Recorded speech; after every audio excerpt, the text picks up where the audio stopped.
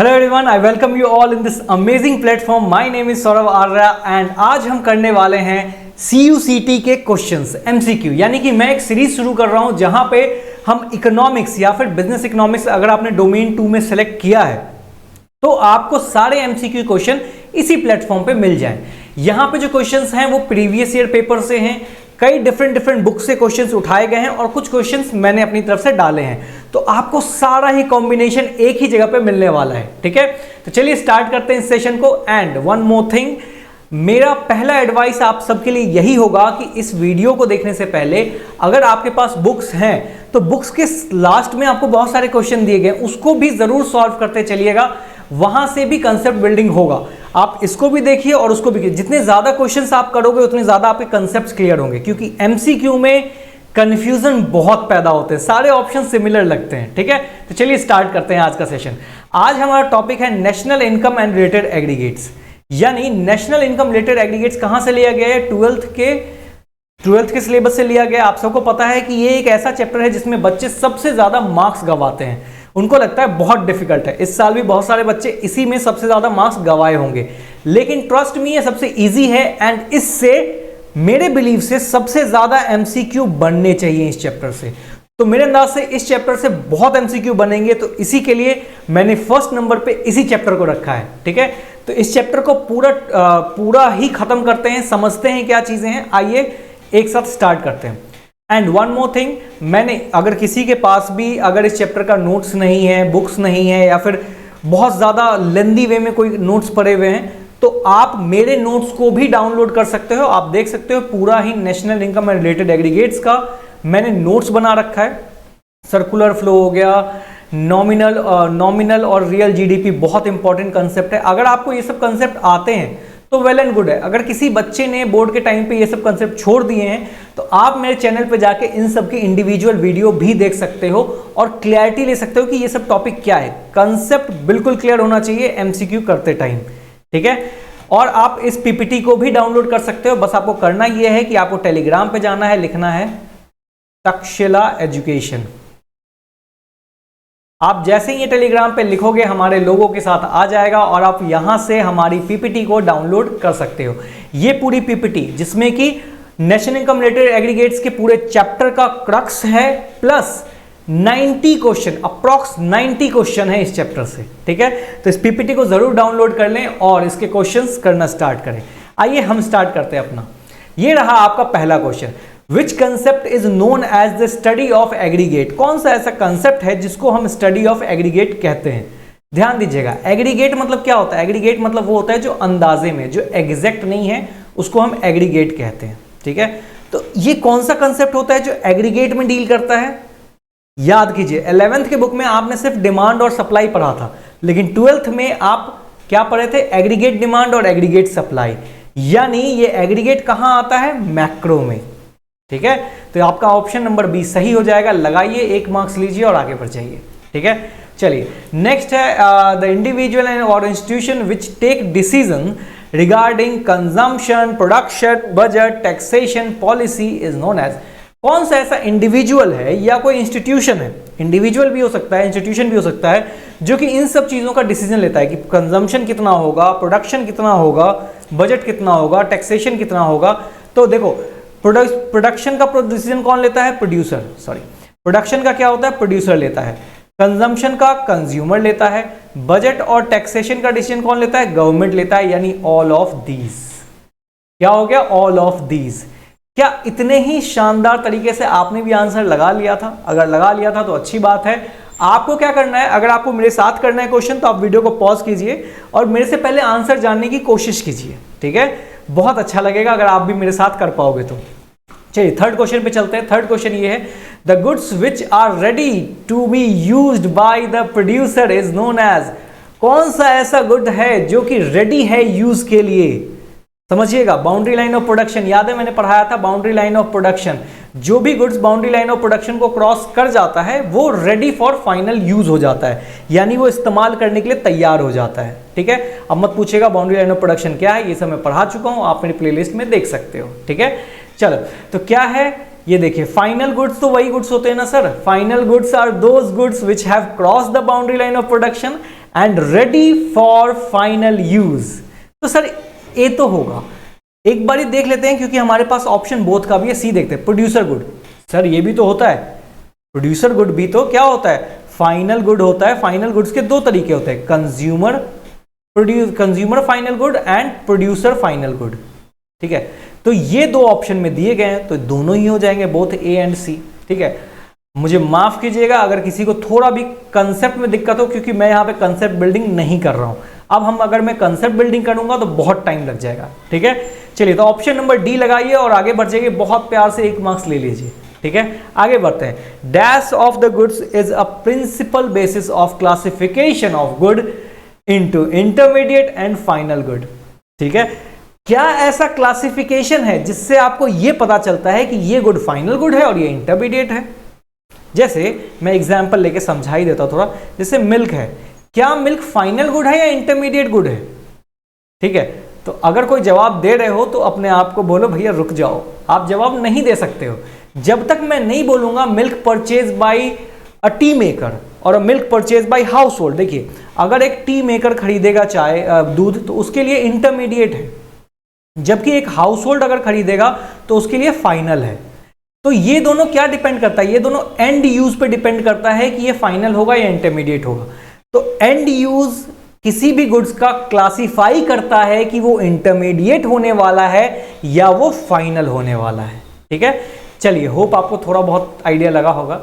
The goods used by manufacturers like tools, equipment and plant etc is known as. जो सामान इस्तेमाल किया जाता है मैन्युफैक्चरर के द्वारा, जैसे टूल, इक्विपमेंट्स, प्लांट, ये सब क्या है? ये सब फाइनल प्रोड्यूसर गुड है सर। फाइनल प्रोड्यूसर, हर वो गुड जो प्रोडक्शन प्रोसेस में इस्तेमाल होगा वो प्रोड्यूसर गुड है। सिंपल सी चीज है, क्योंकि बोल दिया एक मैन्युफैक्चरर एक टूल को इस्तेमाल कर रहा है, इक्विपमेंट को इस्तेमाल कर रहा है, प्लांट को यूज कर रहा है, हर वो चीज जो प्रोडक्शन में इस्तेमाल होगा वो फाइनल प्रोड्यूसर गुड कहलाता है। तो हमारा ऑप्शन नंबर सी बन गया आंसर और आप आगे बढ़ सकते हो। ठीक है, चलते हैं आगे। Building, plant and machinery are capital good. बहुत अच्छी बात है, हमें पता है ये कैपिटल गुड्स हैं। In the light of this statement following are excluding. ये ध्यान रखिएगा, एक्सक्लूडिंग और इंक्लूडिंग वर्ड कैपिटल गुड्स को क्या एक्सक्लूड करता है। इनमें से कोई ऐसा पॉइंट होगा जो कैपिटल गुड को फॉलो नहीं करता होगा, तो हमें वो फाइंड आउट करना है। जो कैपिटल गुड के कैरेक्टरिस्टिक को फॉलो नहीं करता होगा, हमें उसको ढूंढना है। देखिए, capital goods are high value, मैंने बताया था कैपिटल गुड हाई वैल्यू होता है, तो ये तो करता है सर फॉलो। ठीक है, तो ये तो आंसर नहीं हो सकता है। These are the assets of the firm. Sir capital good है, एसेट्स तो होगा ही ना, इतना तो अकाउंट्स पढ़ के आए हैं, तो ये भी नहीं हो सकता है। एक्सक्लूड, हमें क्या पॉइंट ढूंढना है जो कि कैपिटल गुड ना हो। ठीक है, these are use for less than 1 year. ना सर, कैपिटल गुड अगर 1 साल से कम के लिए यूज होने लगा तो दुनिया तो बिक जाएगी ना। कैपिटल गुड होता क्या है सर? कैपिटल गुड वो गुड होता है जो हाईली एक्सपेंसिव होता है, जो 1-2 करोड़ की मशीन लगाई जाती है, उसका लाइफ मोर देन 1 ईयर होता है। ठीक है, तो ये ऑप्शन नंबर सी ऐसा पॉइंट है जो कि एक्सक्लूड कर रहा है कि हाँ भैया ये कैपिटल गुड नहीं है। ठीक है, समझ में आया? ये एक्सक्लूडिंग इंक्लूडिंग का खेल समझना भैया। ठीक है, तो आपका ऑप्शन नंबर सी आंसर बन जाएगा और आप आगे बढ़ सकते हो। 7. The process of adding the physical stock to the capital is known as. हे भगवान, बोल रहा है फिजिकल स्टॉक को। आप बताइए ऐसे क्वेश्चन करोगे आप, फिजिकल स्टॉक, बट बच्चों से ना एग्जामिनेशन में एमसीक्यू में ये भी क्वेश्चंस नहीं होते हैं, तो ध्यान रखना इस बात का। फिजिकल स्टॉक, कोई चीज खरीद के मैं डाल रहा हूं, स्टॉक कर रहा हूं, तो ये क्या हो रहा है? ये इन्वेस्टमेंट हो रहा है सर। लेकिन सर कैपिटल फॉर्मेशन भी तो हो रहा है। यस सर, दोनों सेम ही बात तो है। इन्वेस्टमेंट करो या कैपिटल फॉर्मेशन करो, मैंने 2 करोड़ की मशीन लगा ली तो ये मेरा इन्वेस्टमेंट है, और ये मेरा कैपिटल फॉर्मेशन भी तो है, 2 करोड़ की मशीन लगाई है, तो ये दोनों सेम ही बात है। तो A and C, both A and C answer हो जाएगा। बहुत प्यार से आप आंसर लगाओ और आगे बढ़ सकते हो। ठीक है, transfer payment are. Transfer payment क्या होता है बेटा, याद है? अनअर्न्ड इनकम जिसको बोलते हैं, अनअर्न्ड इनकम। और क्या बोलते हैं इसको? और बोलते हैं non factor payment, non factor payment, और इसका क्या नाम है? Transfer payment.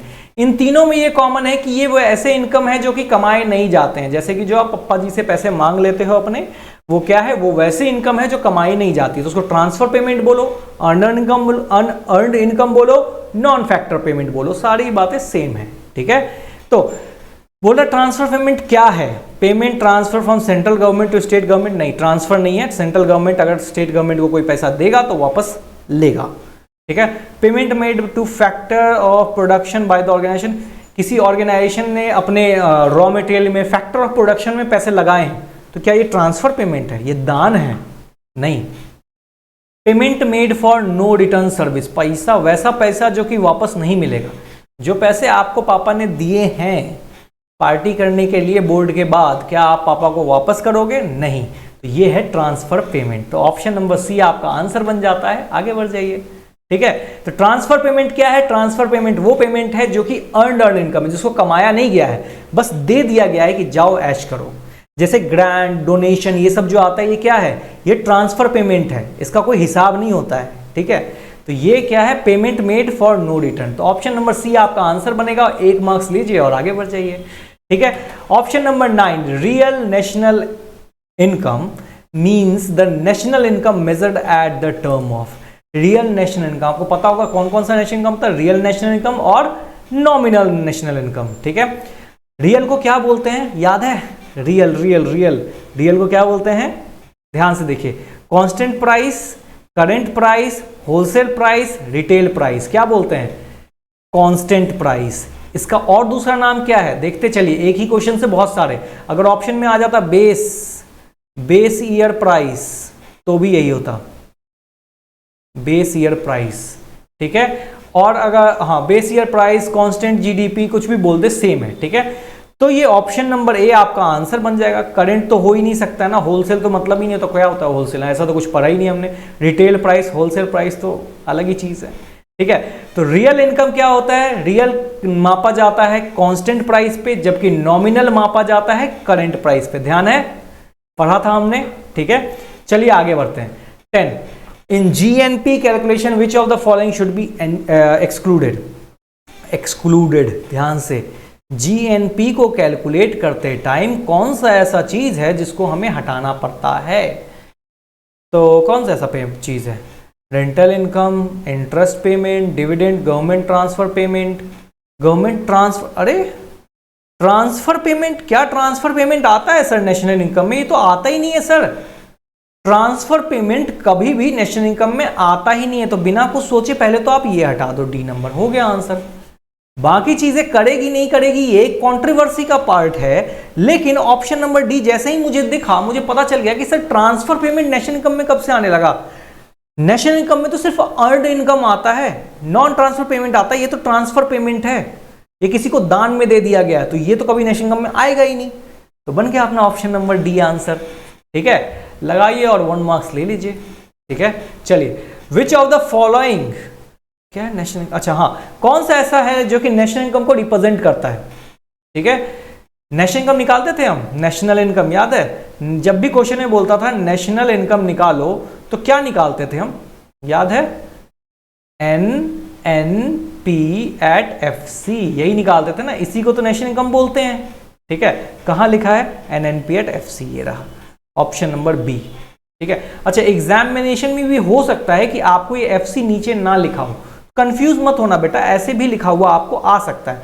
ज्यादातर चांस है कि वो FC ऐसे ही लिखेंगे, NNP एट FC, बट अगर उन्होंने इसको बड़ा करके ऐसे लिख दिया तो गलत मत मानना, ठीक है वो भी। ठीक है, तो ऑप्शन नंबर बी आपका सही हो जाएगा। क्या इसके लिए ऑप्शन पढ़ने की भी नीड थी? बहुत इजी पेपर आने वाला है, तो टेंशन मत लीजिए, बस करते जाइए क्वेश्चन। चलिए, 12th नंबर है, national income is a sum of factor income according to. National income एक सम है फैक्टर इनकम का, जो कि होता है, याद कीजिएगा, डोमेस्टिक इनकम और नेशनल इनकम पढ़ाया था मैंने। डोमेस्टिक इनकम क्या होता है? डोमेस्टिक इनकम जो कि एक डोमेस्टिक टेरिटरी के अंदर प्रोड्यूस किया जा रहा है, यहाँ पे रेसिडेंस भी हो सकता है, नॉन रेसिडेंस भी हो सकता है। बट नेशनल इनकम में क्या होता है? हमेशा रेसिडेंस के ही पैसे को काउंट किया जाएगा। याद है? डोमेस्टिक इनकम में no matter who generated, residence हो या नॉन रेसिडेंस हो, कोई फर्क नहीं पड़ता है, नेशनल में no matter where it is generated, कहां जनरेट कर रहे हैं इससे कोई फर्क ही नहीं पड़ता है। कनाडा में होगा तब भी हमारे नेशनल इनकम में आएगा। हमारा एक आदमी कनाडा में रह रहा है, एक आदमी चाइना में रह रहा है, एक आदमी जर्मनी में रह रहा है, बट वो जो इनकम जनरेट करेंगे वो हमारे देश के इनकम में आएगा, तो इसको हम बोलते हैं नेशनल इनकम।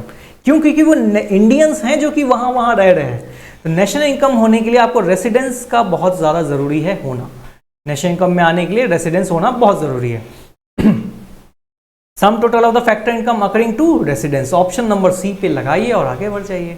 ठीक है, बिल्कुल भी नहीं सोचना है, ये सभी चीजें मैं समझा चुका हूं। प्लीज मुझे माफ करना अगर किसी को लग रहा हो कि सर कैसे पढ़ा रहे हो, मेरे को ये चीजें नहीं समझ में आई, तो मैं बेसिक समझा भी नहीं रहा हूं बेटा, मैं सिर्फ और सिर्फ क्वेश्चंस करवा रहा हूं। ठीक है, जो थोड़ा बहुत मुझे लगता है जो पढ़े हुए हैं उनके लिए थोड़ा बहुत आइडिया बता देता हूं, बट बाकी लिए अगर आपको कंसेप्ट में दिक्कत है तो प्लीज वीडियो को देखें, प्लेलिस्ट में जाएं, आपको वीडियो मिल जाएगा। ठीक है, चलिए 13 number, which of the following affects national income, कौन सा ऐसा चीज है जो नेशनल इनकम को अफेक्ट करता है?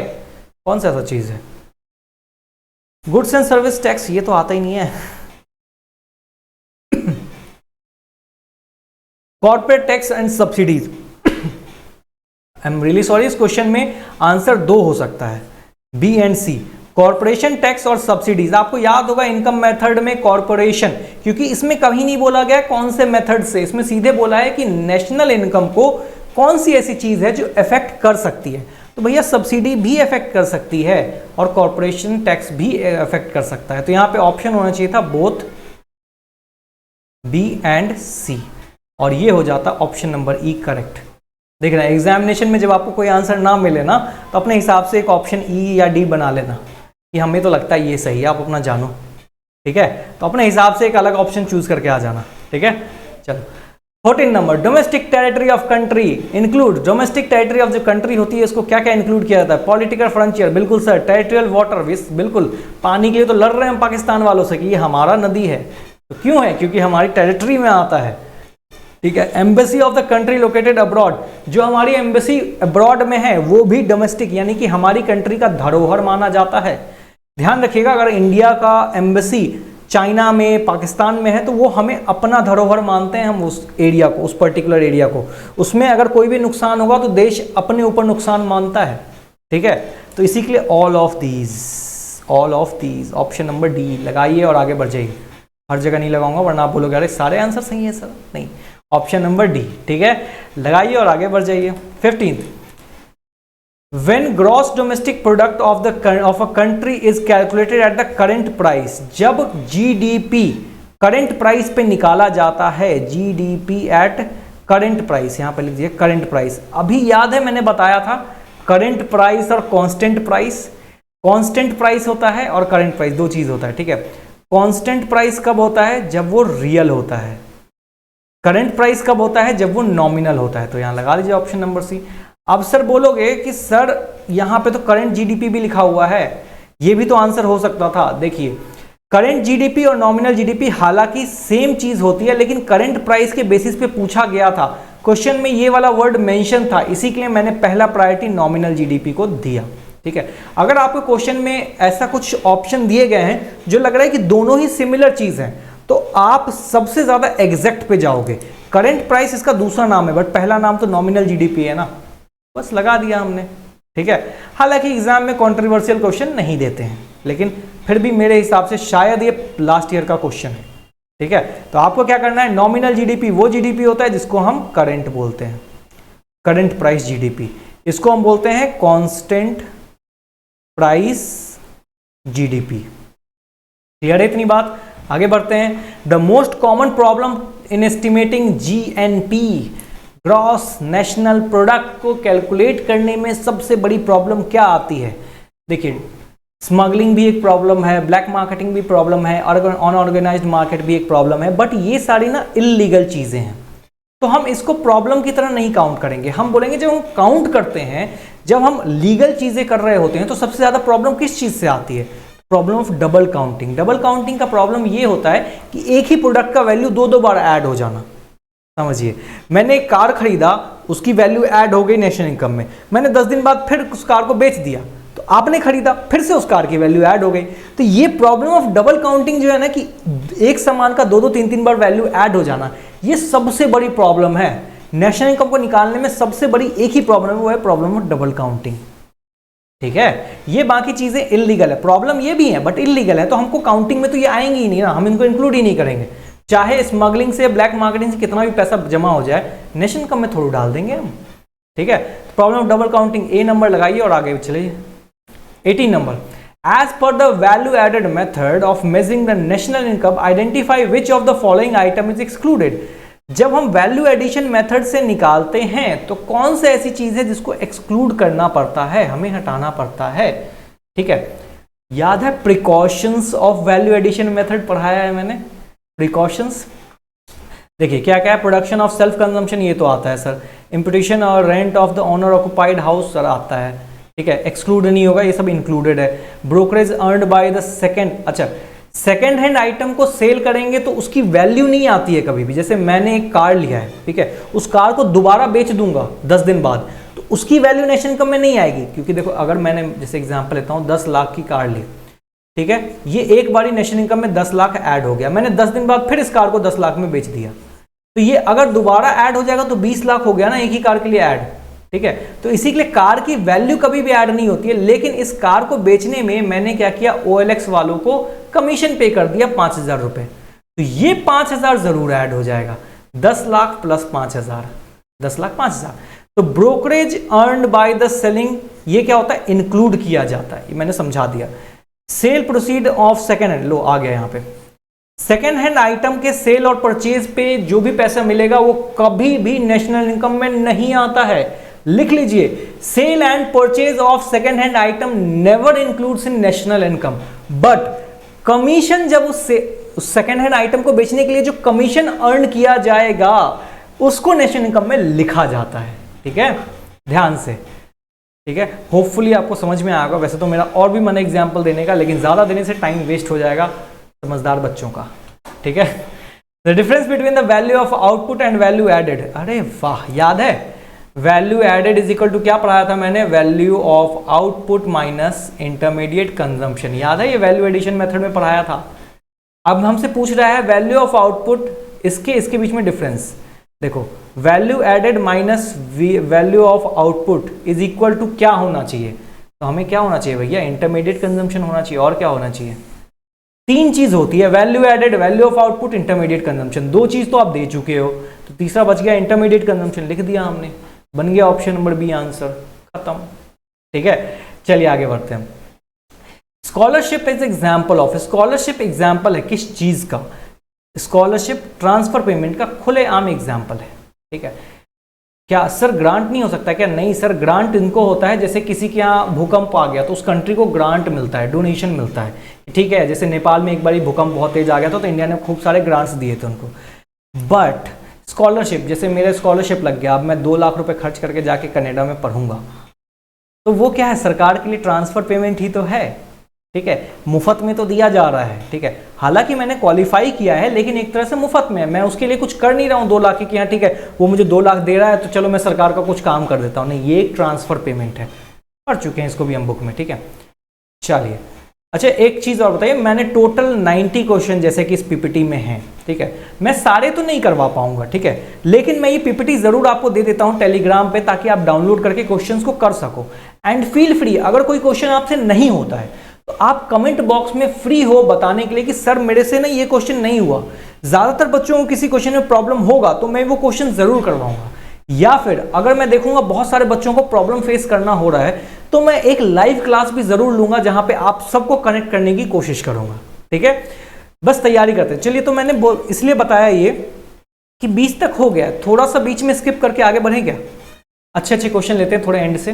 वैसे तो सारे ही क्वेश्चन, चलो एक दिख गया ये अच्छा क्वेश्चन, चलो ये करते हैं। ठीक है, बीच के जैसे ये सब मैंने छोड़े, ये सब आप कर लेना, इजी क्वेश्चन है, ज्यादा टफ नहीं है। ठीक है, जैसे ये थोड़ा सा न्यूमेरिकल टर्म दिख गया तो मैं रुक गया। ठीक है, बोलता है GNP at MP अगर 5200 है और NNP at MP NNP at MP अगर 5000 है, तो पूछ रहा है the value of consumption of fix capital, यानी आपसे सीधे सीधे पूछा जा रहा है डेप्रिसिएशन कितना होगा बेटा ये बता दो।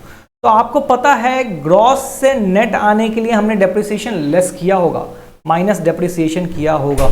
इससे इसमें कितने का फर्क है? इससे इसमें 200 का फर्क है, ठीक है। तो हमारा 200 ही डेप्रिसिएशन है सॉरी 200 ही हमारा डेप्रिसिएशन है। आप आंसर लगाओ और आगे बढ़ सकते हो, ठीक है। अब आ जाते हैं और भी कुछ क्वेश्चन देख लेते हैं, जैसे कि ये, चलो इसको कर लेते हैं। न्यूमेरिकल टर्म दिखता है तो मुझे अच्छा लगता है, ठीक है। If the gross value added at market price GVA at MP, ये अगर 350 है, ठीक है, एंड बोल रहा है क्या, कहाँ गया, हाँ, change in stock, change in stock कितना है, -50 है, ठीक है। इंटरमीडिएट कंजम्पशन कितना है, 200 है। अरे वाह, अच्छा क्वेश्चन है। इसको कौन करेगा? पहले मेरी वीडियो को पॉज कीजिए और करने की कोशिश कीजिए, ठीक है, मैं करवाता हूं आपको, ठीक है। देखो अभी मैंने बताया value added is equal to क्या होता है, value of output minus intermediate consumption. Value of output sir है क्या? वैल्यू ऑफ आउटपुट है sale plus change in stock, ठीक है, माइनस IC, ऐसा लिख सकता हूं, is equal to value added. कुछ गलती किया मैंने, सिर्फ इसको एक्सपेंड करके लिख दिया और कुछ नहीं किया, ठीक है। अब देखो हमें क्या दिया हुआ है, वैल्यू एडेड दिया हुआ है हमें, ग्रॉस वैल्यू एडेड कितना दिया हुआ है, 350 दिया हुआ है, 350 ग्रॉस वैल्यू एडेड, यही है ना वैल्यू एडेड, ठीक है। अब हमें बोलता है कि चेंज इन स्टॉक, यानी कि ये दिया हुआ है -50, तो is equal to sale plus -50, और इंटरमीडिएट कंजम्पशन कितना है, चलो इसको डबल ब्रैकेट में लगा देते हैं। इंटरमीडिएट कंजम्पशन कितना है, कहाँ गिवन है हमारे पास, ये रहा 200। अब बोलता है इसको सॉल्व करके मुझे सेल बताओ कितना आएगा। चलो मैं पेन चेंज करके दिखाता हूं आपको। हमें पूछ रहा है सेल कितना होगा, ये बताओ। आप सॉल्व कर सकते हो इधर, जैसे मैं यहां लिख देता हूं एक बार, 350 is equal to sale plus -50 minus 200, ठीक है। देखो ये -200 है, इस साइड आएगा तो +200 हो जाएगा, यानी 550 हो जाएगा। इधर कितना बच गया, सेल प्लस माइनस -50। अब अगर ये इधर जाएगा तो प्लस हो जाएगा, तो 550 प्लस 50 इज इक्वल टू 600। यही तो है सर सेल, निकल गया। टोटल सेल कितना है, 600। ऑप्शन नंबर सी को लगाइए और आगे बढ़ जाइए। कितना आसान है अगर आप थोड़ा सा दिमाग लगाओगे तो, ठीक है। वैसे इतने करने की नीड थी नहीं, लेकिन क्या बोलूं, कुछ बच्चों को शायद समझ ना आए, इसी के लिए मैंने इतना कर दिया, ठीक है। चलिए आगे बढ़ते हैं। एक आप रख लो, आप कर लेना, या करवा ही देता हूं, छोड़ो। Factor income received from abroad, abroad से पैसा आया है, फ्रॉम अब्रॉड लिख देते हैं, फ्रॉम अब्रॉड पैसा आया है 100 रुपए। इसको ना बिल्कुल लॉजिकली समझना। From factor income paid to abroad, हमने पेड किया है, यानी 2 हुआ है कितना, 120। हम उसकी कंट्री से 100 रुपए लेके आए और वो हमारी कंट्री से 120 लेके चला गया, तो कौन नुकसान में? हम नुकसान में है ना। जैसे सोचो आप अपने पापा से 100 रुपए मांगे और पापा ने बदले में आपसे 120 रुपए ले लिया, तो नुकसान में कौन हो, आप हो ना। तो हमारी कंट्री में आया 100 रुपए है, ले गया है 120, तो हमारा NFI कितना होगा, -20। हम 20 रुपए के नुकसान में हैं, तो आपका B नंबर आंसर हो गया। लगाइए और आगे बढ़ जाइए, ठीक है। चलिए अब एक तो कर लेना आप, ठीक है। वैसे चलो मैं कर देता हूं, ठीक है। न्यूमेरिकल क्वेश्चन है, अच्छा लगता है। NIT मतलब क्या होता है, net indirect tax. Net indirect tax का मतलब क्या होता है, टैक्स माइनस सब्सिडीज। फिर से pen change, tax minus subsidy. हमें सब्सिडीज 30 दिया हुआ है, हमसे पूछा है टैक्स बताओ, ठीक है। ये टैक्स जो होता है ये इनडायरेक्ट टैक्स ही होता है, ध्यान रखना, ठीक है। अब ये 30 गिवन है और ये टोटल जो है, यहाँ पे x लिख लो, और ये टोटल जो है 150 गिवन है, तो आप सीधे सीधे इसको प्लस इधर ले जाओगे तो प्लस में हो जाएगा, 180 आ जाएगा। यानी टैक्स कितना है, इनडायरेक्ट टैक्स। इनडायरेक्ट टैक्स के नाम पे सरकार ने 180 रुपए बटोरा और 30 रुपए सब्सिडी के रूप में बांट दिया, तो NIT 150 आ गया था, ठीक है। टैक्स खैर समझ में आ गया होगा। ऑप्शन नंबर सी लगाते हैं और आगे बढ़ जाते हैं, ठीक है। चलिए अब ये आप खुद निकालो, निकाल सकते हो, चलो छोड़ दे रहा हूँ मैं, तो फिर मैं निकाल दूंगा आंसर। आते हैं और कुछ अच्छे क्वेश्चंस देखते हैं, ठीक है। मैं बीच बीच से क्वेश्चन करवा दे रहा हूँ आपको, ये सब तो इजी क्वेश्चन है। Which is interpreted good not the national income, meaning calculating the national income the market price is known as, इसका आंसर भी अच्छा छोड़ो, इजी इजी है, बहुत प्यार से क्वेश्चन होगा। कोई भी क्वेश्चन दिक्कत हो रही होगी ना तो आप मुझे जरूर बताना कमेंट बॉक्स में। अकॉर्डिंग नेशनल कांस्टेंट प्राइस, इसको मतलब ऐसे आंखों आंखों में सॉल्व कर दिए तो बिना ऑप्शन देखें। According to the national income at the constant price, अभी बताया था कांस्टेंट प्राइस कौन सा होता है सर, रियल होता है। क्या हमें ऑप्शन देखने की नीड भी थी, लगाया हमने, आगे बढ़ गए। कांस्टेंट रियल होता है, करंट नॉमिनल होता है, ठीक है। चलो और देखते हैं कौन सा अच्छा क्वेश्चन है। Consumption of fix capital expenditure are included, ऐसे क्वेश्चन आएंगे क्या। Nominal GDP is equal to 120, price index इतना है, रियल। चलो ये करवा देता हूँ, ठीक है। आपको याद है मैंने एक कंसेप्ट पढ़ाया था, एनआरआई कंसेप्ट। एनआरआई कंसेप्ट अगर जिसने देखा होगा उसको याद होगा। एनआरआई कंसेप्ट एक्चुअली कोई कंसेप्ट नहीं है, ये एक फॉर्मूला याद करने का तरीका है। नहीं तो आपको एग्जाम में बच्चे भूल जाते हैं, नॉमिनल रियल क्या होता था सर, याद नहीं आ रहा है। इसको एनआरआई कंसेप्ट बोलते हैं, यानी क्या है, nominal GDP is equal to real GDP into price index upon में 100, ये हमारा फॉर्मूला है। चलो नॉमिनल कितना गिवन है, 1200। प्राइस रियल हमें निकालना है ना, रियल को x मान लो। प्राइस इंडेक्स कितना गिवन है, 120। प्राइस इंडेक्स कितना गिवन है, अरे इनटू 120, और बेस 100 है, वो दे रखा है, बेस 100 है। नहीं भी दे रखा हो तो बेस 100 ही मानेंगे, ठीक है। चलो इसको सॉल्व करना है तो इधर लिख लेता हूँ, 1200 is equal to X into 120 upon में 100, ठीक है। यहाँ से 1 0 कैंसिल।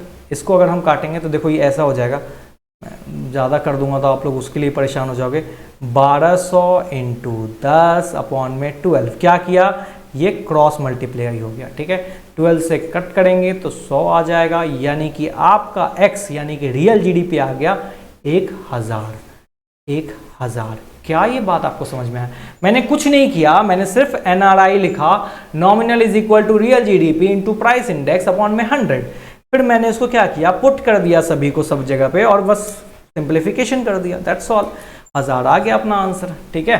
चलिए आगे देखते हैं। और क्लासिफिकेशन ऑफ गुड्स डिपेंड अपन, अरे ये बताओ, बिना देखे बताना है। क्लासिफिकेशन ऑफ गुड्स, गुड का क्लासिफिकेशन किस चीज पे डिपेंड करता है। क्लासिफिकेशन मतलब यानी वो फाइनल होगा या इंटरमीडिएट होगा, ये किस चीज पे डिपेंड करता है। अभी किया था हमने, क्या है, end use of the good, याद है अभी करवाया था, milk purchase by household और milk purchase by tea maker, ठीक है।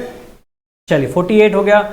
Final goods are used for, चलो वैसे देख सकते हो फाइनल गुड्स क्या है, यूज होता है all of the above.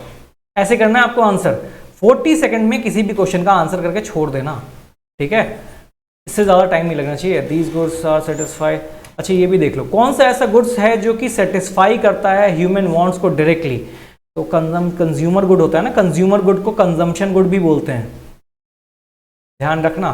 Consumption good और कंज्यूमर गुड दोनों सेम है, ठीक है। तो ऑप्शन नंबर बी लगाइए और आगे बढ़ जाइए। कैपिटल गुड डायरेक्ट सेटिस्फेक्शन नहीं देता है ना, उससे कुछ बनाएंगे बेचेंगे तो सेटिस्फेक्शन मिलेगा, और इंटरमीडिएट गुड तो सेटिस्फेक्शन देता ही नहीं है, जो भी बना ही नहीं है पूरा उसको क्या सेटिस्फेक्शन देगा, ठीक है। चलो और देख लेते हैं कुछ। टैक्सी ऑपरेटर नहीं है, ऐसा मत करो। TV radio washing machine is example of, TV radio washing machine किस चीज़ का एग्जांपल है। देखिए हमने याद है कंज्यूमर गुड में, कंज्यूमर या फिर कंजम्पशन गुड बोलो, उसमें हमने 3 चीज़ें पढ़ी थी, क्या था, durable, durable good, semi durable good और non durable good. Durable good क्या होती है, जो 1 साल से ज़्यादा चलता है। सेमी ड्यूरेबल जो 9 मंथ से 1 ईयर के बीच में चलता है, और नॉन ड्यूरेबल जो कि 1 मंथ के बीच बीच में खराब हो जाता है, ठीक है। तो हमारे पास आपके घर में टीवी रेडियो या वॉशिंग मशीन है, ये कितना साल से ज़्यादा नहीं चलता है क्या, चलता है ना, तो ये सब क्या है, ड्यूरेबल गुड है। तो ऑप्शन नंबर ए लगाइए और आगे बढ़ जाइए, ठीक है। बहुत प्यार से आपको मार्क्स मिलेंगे। सेमी ड्यूरेबल क्या है बताओ, रेडियो तो ड्यूरेबल है सर, मिल्क नॉन ड्यूरेबल है, पेट्रोल भी non durable single use product है, ठीक है। तो क्लॉथ ही है सेमी ड्यूरेबल, क्लॉथ चला लेते हैं ना 9 मंथ से लेकर के 1 साल तक चल जाता है। अब हम यहाँ पे इंडियंस एक्सम्पशन है, ठीक है, हम अपने कपड़ों को 5-5 साल चला लेते हैं, वो अलग बात है, बट उसकी लाइफ 9 मंथ से 1 ईयर के बीच में ही होती है, ठीक है। और ये क्या था क्वेश्चन, ओहो इजी क्वेश्चन है ये सारे। क्वांटिटी में कुछ अच्छे क्वेश्चन दिख जाओ। ये देख लो, a car running between Delhi to Agra at a speed of 120 kilometre per hour. एक कार दिल्ली से आगरा जा रही है 120 किलोमीटर प्रति घंटा के रफ्तार से। जब भी किलोमीटर पर आवर आ जाता है वो क्या हो जाता है, वो सिर्फ और सिर्फ फ्लो कंसेप्ट बन जाता है। जिस भी चीज को मेजर करने के लिए टाइम फ्रेम की जरूरत पड़ेगी वो हमेशा हमारा फ्लो कंसेप्ट कहलाएगा। अगर मैं बोलता दिल्ली से आगरा का डिस्टेंस 200 किलोमीटर है तो ये क्या हो जाता, ये एक स्टॉक हो जाता, क्योंकि मुझे 200 पर आवर बोलने की जरूरत नहीं पड़ती है। जहां पे भी ये पर वाला साइन आ जाएगा, जैसे सैलरी पर मंथ, ठीक है, इंटरेस्ट पर एनम, ये सब क्या है, जैसे ही पर वाला साइन आ जाएगा वो फ्लो कंसेप्ट बन जाता है। क्यों? क्योंकि वहां टाइम फ्रेम आ जाता है ना। जब किसी चीज को बिना टाइम के हम मेजर ही नहीं कर सकते हैं तो वो हमेशा फ्लो कंसेप्ट कहलाता है। जैसे बहते हुए पानी में, ठीक है, और ये ठहरे हुए पानी में स्टॉक, ठीक है। तो हमारा ऑप्शन हो जाएगा बी नंबर। क्यों? क्योंकि ये फ्लो कंसेप्ट है, ठीक है। आगे बढ़ते हैं। ये तो आसान है। अच्छा, इसके ऑप्शन छिप गए हैं, मैं देते टाइम ठीक कर दूंगा, ठीक है। यार ये सब क्वेश्चन पूछा जाएगा क्या? आपको ऐसा नहीं लग रहा है ये क्वेश्चन दोबारा आ गया है? और आपको पता है, सच बताओ ना, ये सारे लास्ट ईयर के या फिर अच्छे अच्छे बुक्स के क्वेश्चंस हैं, ठीक है।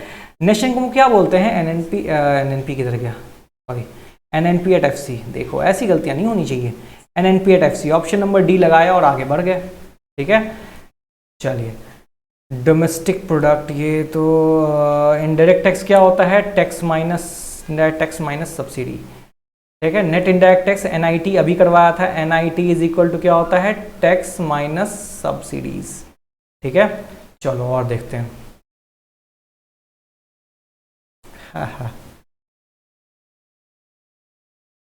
The difference between the concept of market price और फैक्टर प्राइस। मार्केट से फैक्ट्री जाने में, स्टोरी याद है मेरी, मार्केट से फैक्ट्री जा रहे हैं तो मोदी साहब को नीचे गिराएंगे तो माइनस एनआईटी हो जाएगा, यही तो होता है, ठीक है। याद है पूरा, मैंने समझाया था, हालांकि दोबारा नहीं समझा सकता, देख लेना जिसको नहीं याद होगा। मैंने स्टोरी के थ्रू आपको सारे फॉर्मूले याद करवाए थे, ठीक है। चलिए देख लेते हैं। Financial help to the victim is a transfer payment. Financial help किसी विक्टिम को दे रहे हैं तो वो भी ट्रांसफर पेमेंट है, क्योंकि वो विक्टिम था, वो बेचारा था, हमने उसको पैसे दे दिए। रोड पे कोई भिखारी बैठा था, वो दान में हमने उसको पैसे दे दिए, तो वो क्या है? ट्रांसफर पेमेंट है। ऐसा थोड़ा बोलेंगे कि हमने आपको भीख दिया है, चलो हमारे लिए घर में पोछा लगाओ, अच्छा नहीं लगेगा ना, ठीक है। चलिए, difference between national income and domestic income. वाह, वैसे आंसर आप कर सकते हो एक लाइन में। नेशनल इनकम है और डोमेस्टिक इनकम है, इसमें बेसिक फर्क क्या होता है? Net factor income from abroad, NFIA, इसका फर्क होता है, ठीक है। चलिए आगे बढ़ते हैं। ओके, जीडीपी डिफ्लेटर क्या होता है ये याद रखना। इसको प्राइस इंडेक्स को ही हम जीडीपी डिफ्लेटर बोलते हैं। प्राइस इंडेक्स को हम जीडीपी डिफ्लेटर बोलते हैं। अभी बताया था ना, NRI concept, nominal is equal to real into price index upon में 100। ये NRI कंसेप्ट आपके पक्का है कि 1 मार्क्स तो बचाएगा, इसको भूलना नहीं, ठीक है। ये जो प्राइस इंडेक्स है, इसी को हम दूसरे नाम से जीडीपी डिफ्लेटर भी कहते हैं, ध्यान रखना। तो जीडीपी डिफ्लेटर का फॉर्मूला क्या हो जाएगा बेटा? खुद ही सोचिए, यहाँ पे प्राइस इंडेक्स यहीं रहेगा तो रियल नीचे आ जाएगा और 100 ऊपर चला जाएगा। क्या हो जाएगा? Price index is equal to nominal upon में रियल इनटू 100। ये हो गया हमारा आंसर, नॉमिनल अपॉन में real into 100। Option number C बनना चाहिए वैसे तो, लेकिन यहाँ पे लिखने में थोड़ी सी गलती हो गई है, ठीक है। इसको ऐसे ही मान लेना, ठीक है, ये ऑप्शन ऐसा आएगा, ठीक है। नॉमिनल अपॉन, पता चला कैसे किया हमने? सिर्फ और सिर्फ प्राइस इंडेक्स को यहाँ रखा, 100 को ऊपर ले गए उस तरफ, रियल को नीचे ले आए, ठीक है। चलिए आगे बढ़ते हैं। 88 क्वेश्चन, ओके 88 क्वेश्चन ये हो गए। मैंने ऑलमोस्ट आपको 40 क्वेश्चन करवा दिया है, बाकी 40 क्वेश्चन आपकी जिम्मेदारी है 48 क्वेश्चन करने की, तो जरूर करें। और कोई भी दिक्कत हो तो जरूर बताएं मुझे, ठीक है। और पीडीएफ को कहां से डाउनलोड कर सकते हैं? सर सीधे सीधे टेलीग्राम पे जाना है, लिखना है तक्षशिला एजुकेशन, ऐसा करके आपको एक लोगो दिख जाएगा, उस लोगो पे ज्वाइन कर लीजिएगा और वहां पे आपको PDF नोट्स सभी चीजें मिल जाएंगी। ठीक है, आई होप आपको ये समझ में आया होगा। और प्लीज बेटा अच्छे से तैयारी कीजिए, क्योंकि कॉलेज एंट्रेंस बहुत इंपॉर्टेंट पार्ट होने वाला है आपकी लाइफ का। ठीक है, चलिए मिलते हैं अब नेक्स्ट टॉपिक के साथ। तब तक आप भी तैयारी करते रहिए। ठीक है, रीजनिंग पढ़ना है, मैथ्स पढ़ना है, सब पढ़ना है, सब पढ़ते रहिए। ठीक है, चलिए बाय बाय, टेक केयर।